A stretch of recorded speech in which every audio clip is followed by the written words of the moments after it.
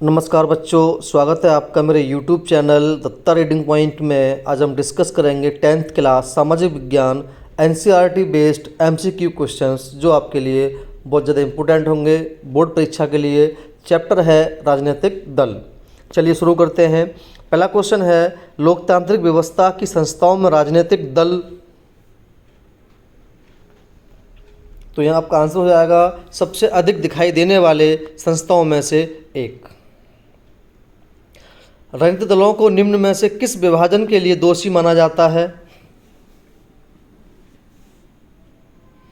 तो ये होता है सामाजिक और राजनीतिक विभाजन।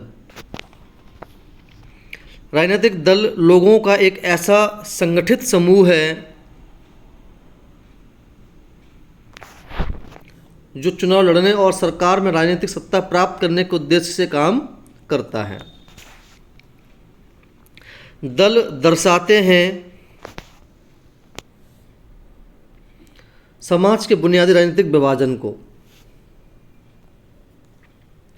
राजनीतिक दल के प्रमुख तत्व हैं, तो यह सभी हो जाएंगे नेता, सक्रिय, समर्थक। तो यहाँ पर ऑप्शन नंबर घ सभी सही है।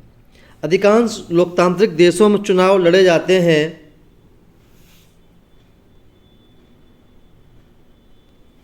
राजनीतिक दलों द्वारा खड़े गए उम्मीदवारों के बीच में। अमेरिका में इसका सही आंसर होगा, अमेरिका में उम्मीदवार का चुनाव दल के सदस्य और समर्थक करते हैं। भारत में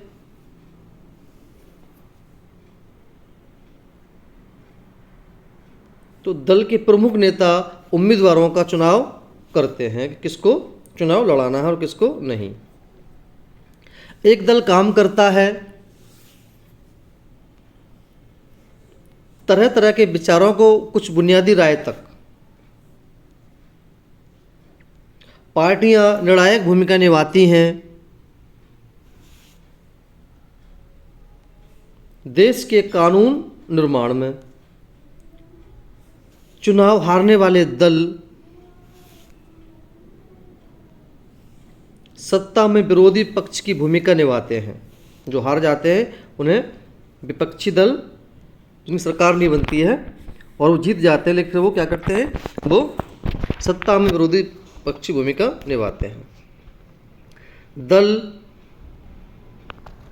समाज के लोगों की राय बनाते हैं, सरकारी मशीनरी तक लोगों की पहुंच बनाते हैं, सरकार द्वारा चलाए जा रहे कल्याण कार्यक्रमों को लोगों तक पहुंचाते हैं। यानी कि इसमें सभी हो जाएगा ऑप्शन नंबर घ।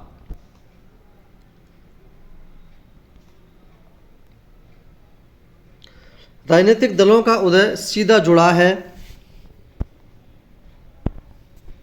प्रतिनिधित्व पर आधारित लोकतांत्रिक व्यवस्था के उभार के साथ। ऑप्शन नंबर घ। राजनीतिक दल अनिवार्य है इसके लिए, लोकतंत्र के लिए अनिवार्य है। लोकतंत्र में नागरिकों का कोई भी समूह राजनीतिक दल बना सकता है। भारत में चुनाव आयोग में नाम पंजीकृत कराने वाले दलों की संख्या है लगभग 750। एक दलीय व्यवस्था में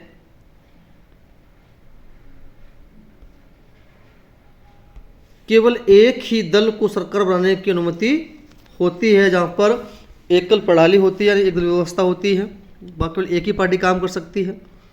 चीन में केवल इस पार्टी को शासन करने की अनुमति है, वो है ऑप्शन नंबर घ कम्युनिस्ट पार्टी।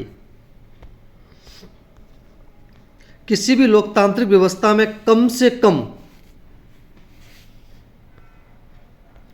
दो दलों को राजनीतिक सत्ता के लिए चुनाव में प्रतिद्वंद्विता करने की अनुमति होनी चाहिए, तभी लोकतंत्र कायम हो सकता है। दो दलीय व्यवस्था है, तो ये व्यवस्था जो है वो अमेरिका और ब्रिटेन में है। भारत में बहुदलीय प्रणाली है, चाइना में एक दलीय प्रणाली है। तो ये क्वेश्चन जो है वो पूछा गया है, दो दलीय व्यवस्था है तो वो अमेरिका और ब्रिटेन में है। भारत में बहुदलीय प्रणाली, इसमें बहुत सारे दल पाए जाते हैं यहाँ पर। भारत के अंदर। 2004 के संसदीय चुनाव में भारत में प्रमुख गठबंधन थे राष्ट्रीय जनतांत्रिक गठबंधन, संयुक्त प्रगतिशील गठबंधन और वाम मोर्चा। नेक्स्ट क्वेश्चन है, राष्ट्रीय पार्टी उन्हें कहा जाता है जिनकी इकाइयां विभिन्न राज्यों में होती हैं, उन्हें राष्ट्रीय पार्टी के नाम से जाना जाता है। जो राज्य में होती है वो उसे क्षेत्रीय पार्टी कहते हैं। प्रत्येक पार्टी को अपना पंजीकरण कराना पड़ता है, कहाँ पर? चुनाव आयोग में कराना पड़ता है। एक दल को राष्ट्रीय दल की मान्यता मिलती है जब वह दल लोकसभा चुनाव में पड़े कुल वोट का अथवा 4 राज्यों के विधानसभा चुनाव में पड़े वोटों का 6% प्राप्त करता है। तो लोकसभा चुनाव में कम से कम 4 सीटें पर जीत हासिल करे तब। 2006 में देश में राष्ट्रीय स्तर पर मान्यता प्राप्त दल थे, वो थे 6। राजनीतिक दलों की चुनौतियां हैं, तो यहाँ पर ये सभी हो जाएगा। वंशवाद बहुत चल रहा है, पैसा, अपराधीकरण बढ़ रहा है और आंतरिक लोकतंत्र का न होना, तो यहाँ पर ऑप्शन नंबर का सभी। लोकतांत्रिक व्यवस्था में अंतिम निर्णय करते हैं राजनीतिक दलों का प्रतिनिधित्व करने वाले राजनेता। नेक्स्ट है, सांसदों और विधायकों को उसे मानना होता है जो फैसला पार्टी करती है। चुनाव आयोग ने एक आदेश के द्वारा सभी दलों के लिए संगठनिक चुनाव कराना और जरूरी बना दिया। आयकर का रिटर्न भरना, ये एमसीक्यू थे। अब हम पढ़ेंगे ट्रू एंड फॉल्स वाले क्वेश्चन। अधिकतर आम नागरिकों के लिए लोकतंत्र का अर्थ राजनीतिक दल ही है, तो ये सही हो जाएगा। अधिकतर लोग आमतौर पर दलों के बारे में खराब राय नहीं रखते हैं, ये गलत हो जाएगा। सामाजिक और राजनीतिक विभाजन के लिए दलों को ही दोषी माना जाता है, बिल्कुल, ये भी बिल्कुल सही है। राजनीतिक दल समाज के लिए नीतियां तथा कार्यक्रमों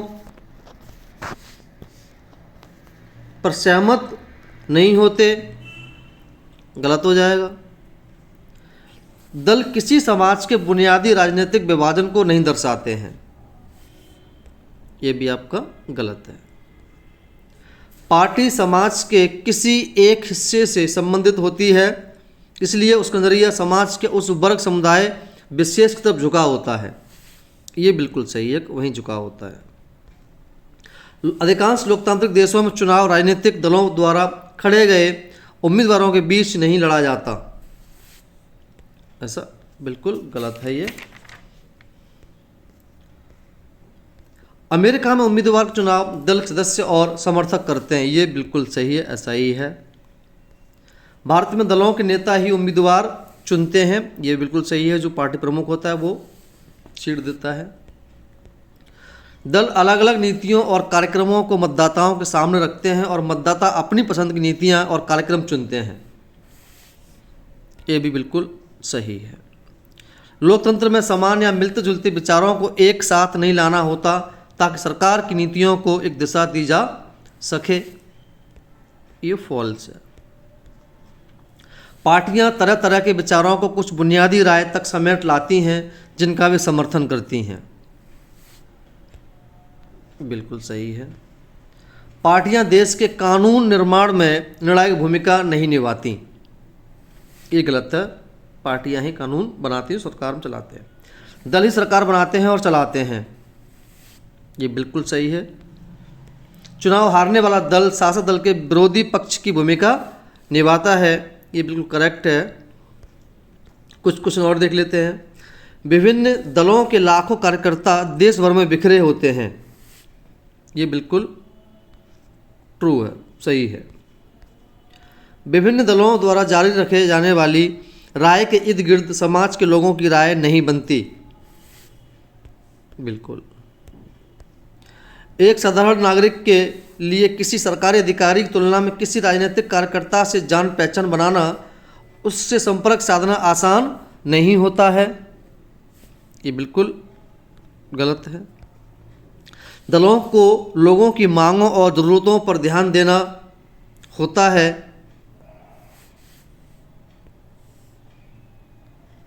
बिल्कुल सही है। निर्वाचित प्रतिनिधि केवल अपने निर्वाचन क्षेत्र में किए गए कार्यों के लिए जवाबदेह होंगे। बिल्कुल अपने क्षेत्र में ही जवाबदेह होते, सही है। राजनीतिक दलों का उदय प्रतिनिधित्व पर आधारित लोकतांत्रिक व्यवस्था के उभार के साथ अप्रत्यक्ष रूप से पड़ा है। ये गलत हो जाएगा। प्रत्येक प्रतिनिधि सरकार की जो भी ज़रूरतें होती हैं, राजनीतिक दल उसको पूरा नहीं करते हैं। गलत है। लोकतंत्र में नागरिकों का कोई भी समूह राजनीतिक दल बना सकता है। बिल्कुल सही है, कोई भी पार्टी खड़ी कर सकता है। भारत में चुनाव आयोग ने पंजीकृत कराने वाले दलों की संख्या 650 से अधिक है। गलत है।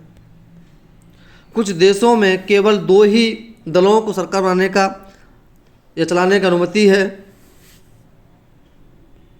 ये भी गलत है। कुछ देशों में सत्ता पर 2 मुख्य दलों के बीच ही सत्ता बदलती रहती है। ये बिल्कुल सही है कि भाई 2 ही पार्टियां, कभी एक कभी एक। अमेरिका और ब्रिटेन 2 दलीय व्यवस्था के उदाहरण हैं। ये बिल्कुल सही है, उसी के उदाहरण है ये। भारत में 2 दलीय व्यवस्था है, नहीं, यहाँ पर बहुदलीय व्यवस्था, तो गलत हो जाएगा। प्रत्येक देश अपनी विशेष परिस्थितियों के अनुरूप दलीय व्यवस्था विकसित करता है। ये बिल्कुल सही है। सभी देशों और सभी स्थितियों में कोई आदर्श प्रणाली नहीं है। ये भी बिल्कुल सही है। तो ये थे आपके कुछ मोस्ट इंपोर्टेंट क्वेश्चन। मैं आपको पूरे सिविक्स के सारे क्वेश्चन एमसीक्यू बनाकर दे दूंगा, जो आपको बोर्ड एग्जाम में बहुत ज़्यादा हेल्प करेंगे। धन्यवाद।